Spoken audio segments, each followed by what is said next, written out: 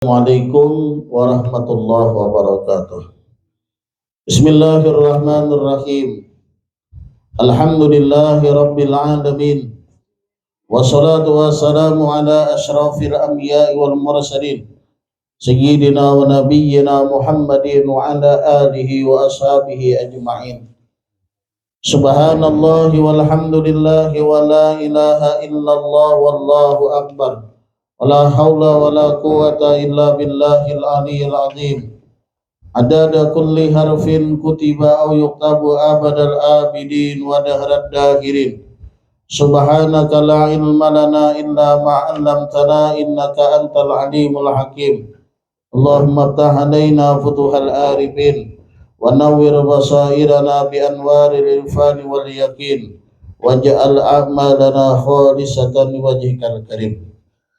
Hadirin jamaah dakwatun zikri rahimakumullah. Alhamdulillah, kita haturkan pujian kepada Allah karena kita kembali dapat bisa bersilaturahmi di majelis kita dalam rangka acara Yasin rutinan dan juga acara taklim, yang mana kita masih dalam suasana hari raya,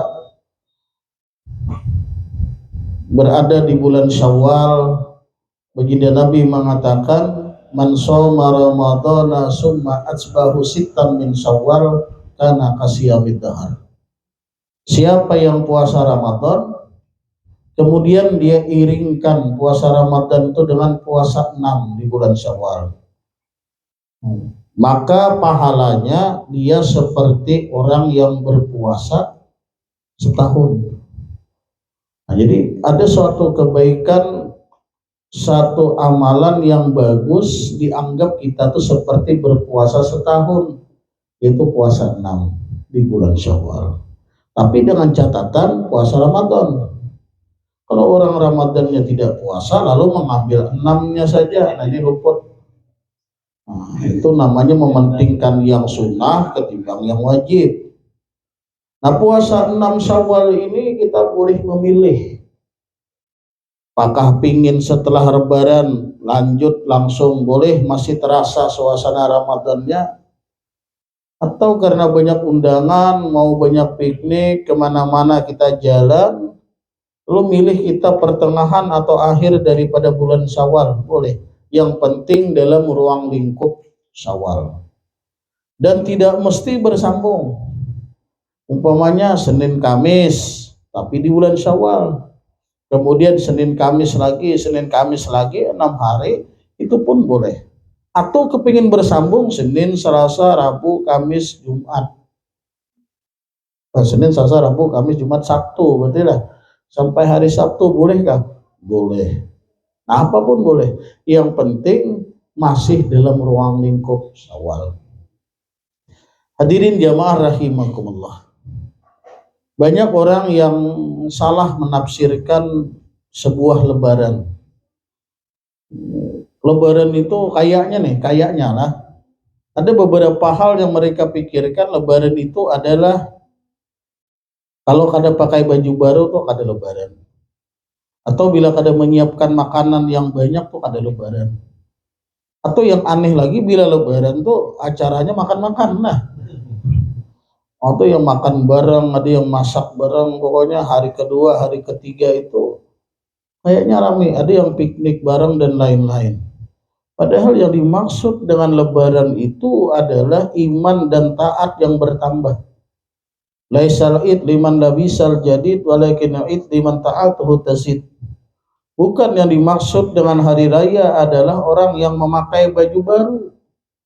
Bisa aja orang memakai baju baru tapi tidak hari raya bagi dia. Pada hakikatnya bukan hari raya. Baju barunya aja hari raya. Hari raya adalah liman ta'atuhu tazid, orang yang taat dan ibadahnya bertambah, bukan merusut. Kada. Kan aneh tuh, ketika selama Ramadan hadir terus di masjid, tapi setelah Ramadan absen kemana? Kan Ramadan habis ya. Maka habis juga deh hadir ke masjid. Oh, salah. Itu bukan hari raya. Yang dimaksud dengan hari raya adalah orang yang ketaatannya bertambah. semakin meningkat, semakin bertambah, Qur'annya bertambah, zikirnya bertambah, hadir ke masjidnya pun meningkat. Ini ada Ramadan masjidnya banyak orangnya, tapi setelah Ramadan semakin maju, maju safnya, bukan maju jemaahnya, tidak, safnya nang maju, artinya orangnya tambah sedikit. Bukan itu yang dimaksud dengan hari raya. Hadirin jamaah rahimakumullah. Dan kita mengingat selama bulan Ramadan itu ada kita membayar zakat kan, zakat fitrah. Nah, kewajiban Ramadan itu zakat fitrah. Kalau zakat mal tergantung haulnya kita, tidak mesti di bulan Ramadan. Kalau haulnya kita di bulan Syawal, kewajiban kita bulan Syawal. Kalau haulnya kita di bulan Safar, pokoknya kewajiban kita di bulan Safar. Ada orang di bulan Dzulhijjah, maka kewajibannya di bulan Dzulhijjah. Zakat mal itu kan dia sampai haul, sampai nisab, dan milik sendiri, milkut tam, artinya milik yang sempurna. Nah, di sini orang salah memaham tentang milik yang sempurna. Mereka menganggap barang yang dihutang itu bukan milik yang sempurna, padahal milik sempurna barang yang dihutang. Andaikan saya punya dagangan, berapa jumlah dagangan saya? 10 juta. Tapi hutang saya dalam dagangan itu, barang itu sebagian hutang, sebagian milik pribadi. Yang milik pribadi 10, yang hutang 100. Mereka tidak menghitung yang 100 juta. Kenapa? Dianggap itu hutang. Kalau hutang bukan milik pribadi, salah. Bukan milik yang sempurna, salah. Barang yang kita hutang itu termasuk milik yang sempurna bagi kita.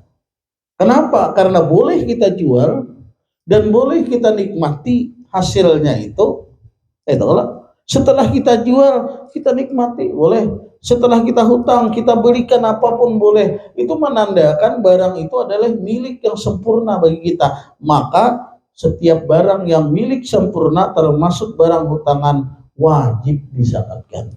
Maka dalam paham itu ada satu barang orang 2 kali menzakatkan. Apa? Barang hutang. Yang menghutangi mengeluarkan zakat, yang berhutang mengeluarkan zakat. Saya berhutang dengan Pak Muji 100 juta, mun ada Pak Muji lah. Pak Muji wajib mengeluarkan zakat dan saya pun wajib mengeluarkan zakat ketika sampai haulnya. Nah, itu.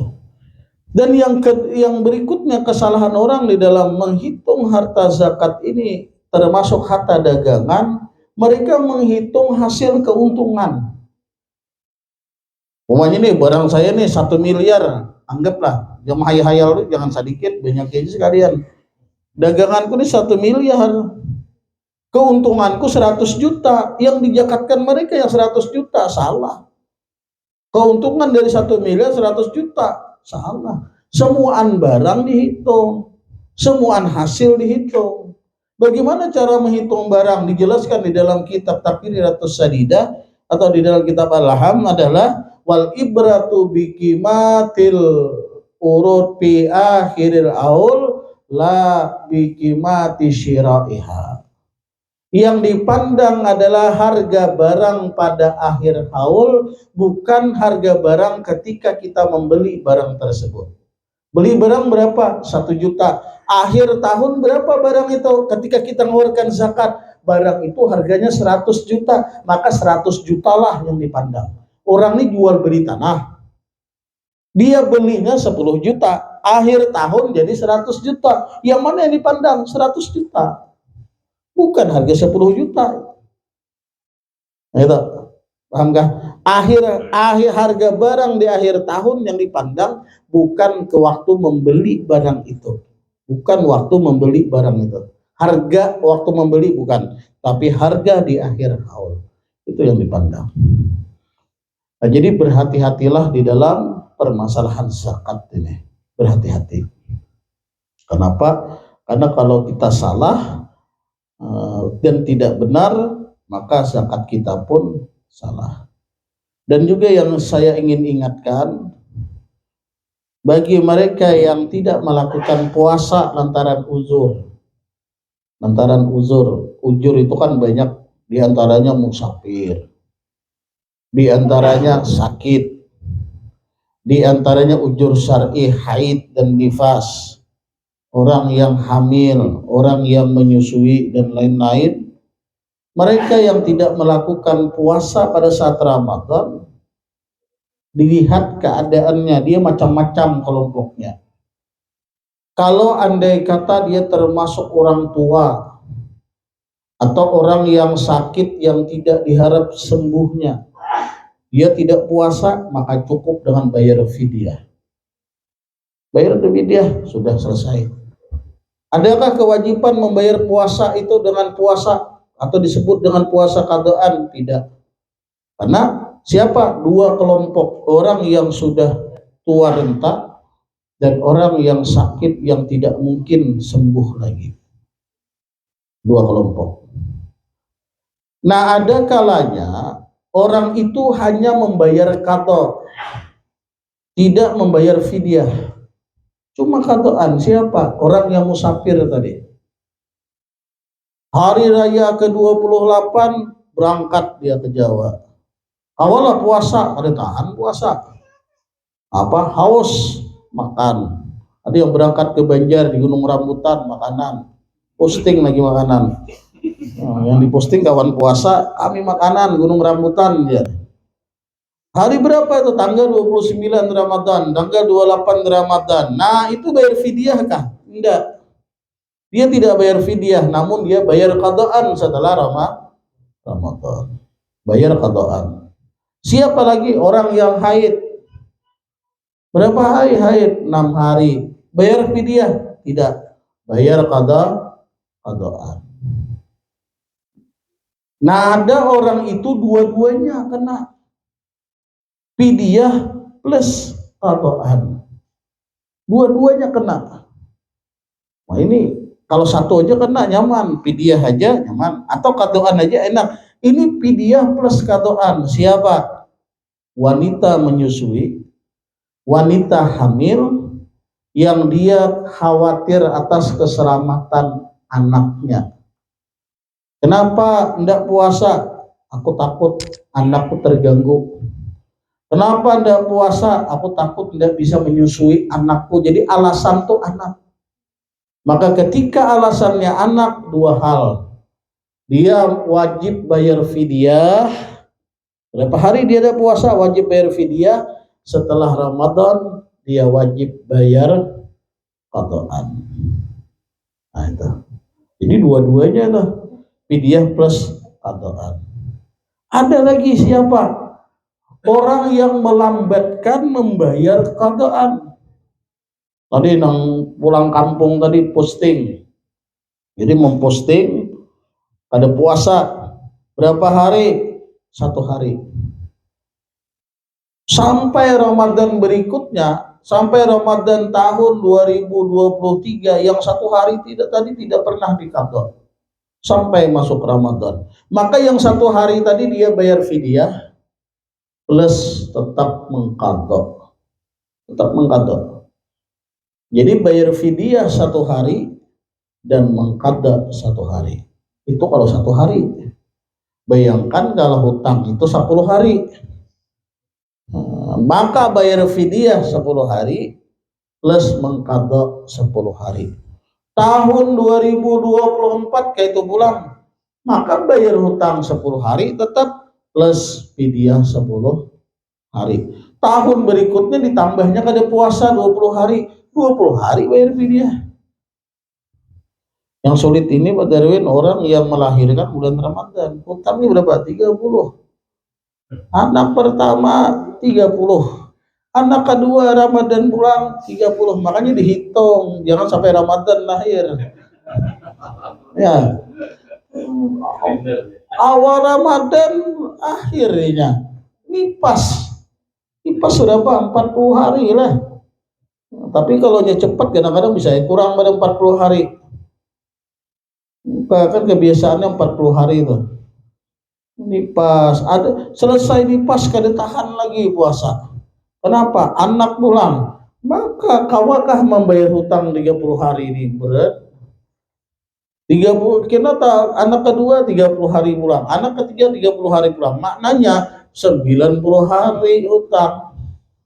Maka 90 hari selama tidak diqadha, dia tetap bayar fidyah plus qadhaan.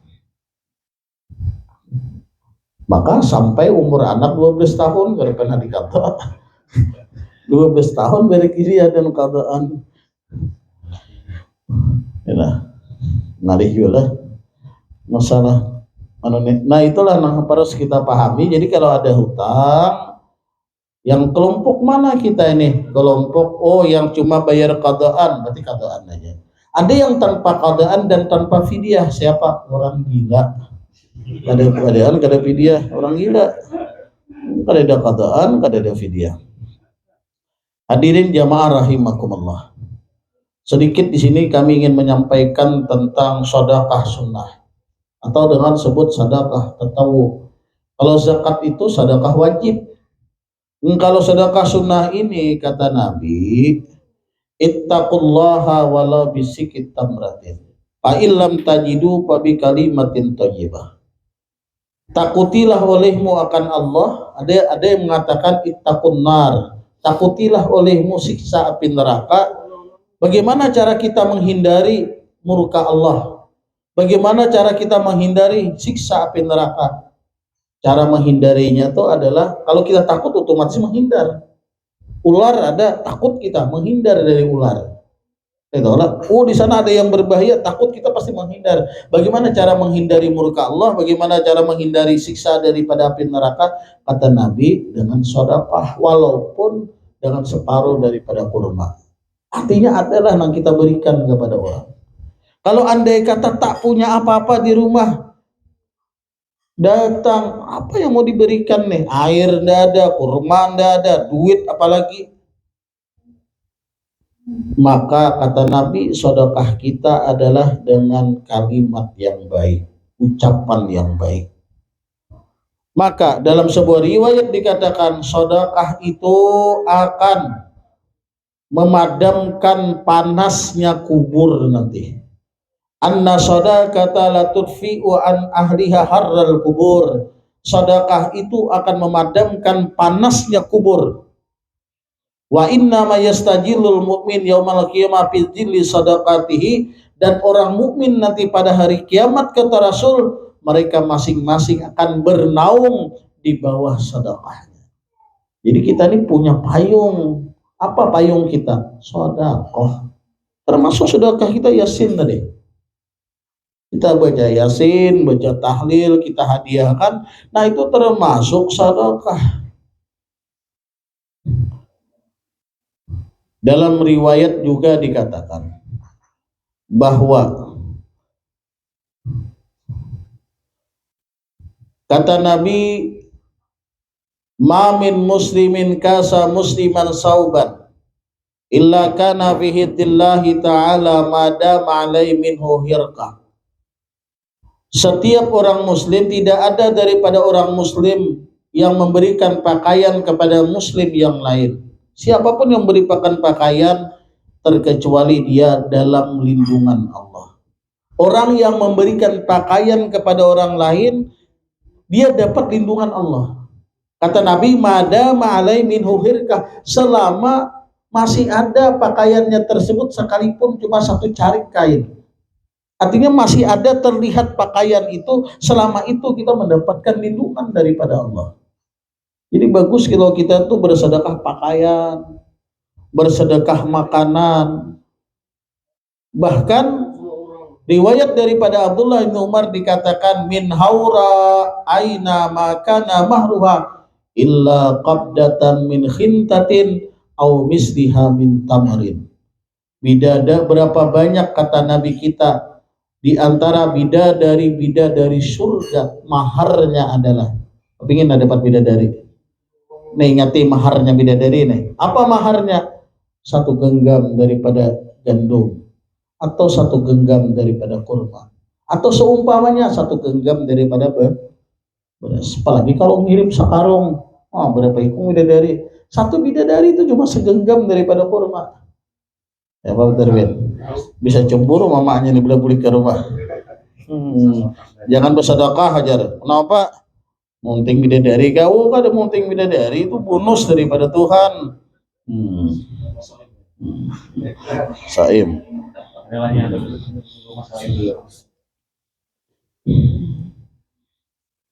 Hadirin jamaah rahimakumullah.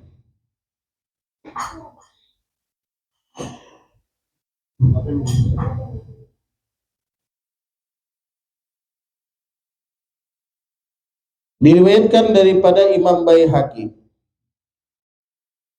daripada Abi Hurairah radhiyallahu taala an, ma fataha rajulun baba atiyah bi sadaqatin aw sillatin illa zadahu Allah biha kasrah wa ma fataha abdun baba mas'alah yuridu biha kasrah illa zadahu Allah biha killah.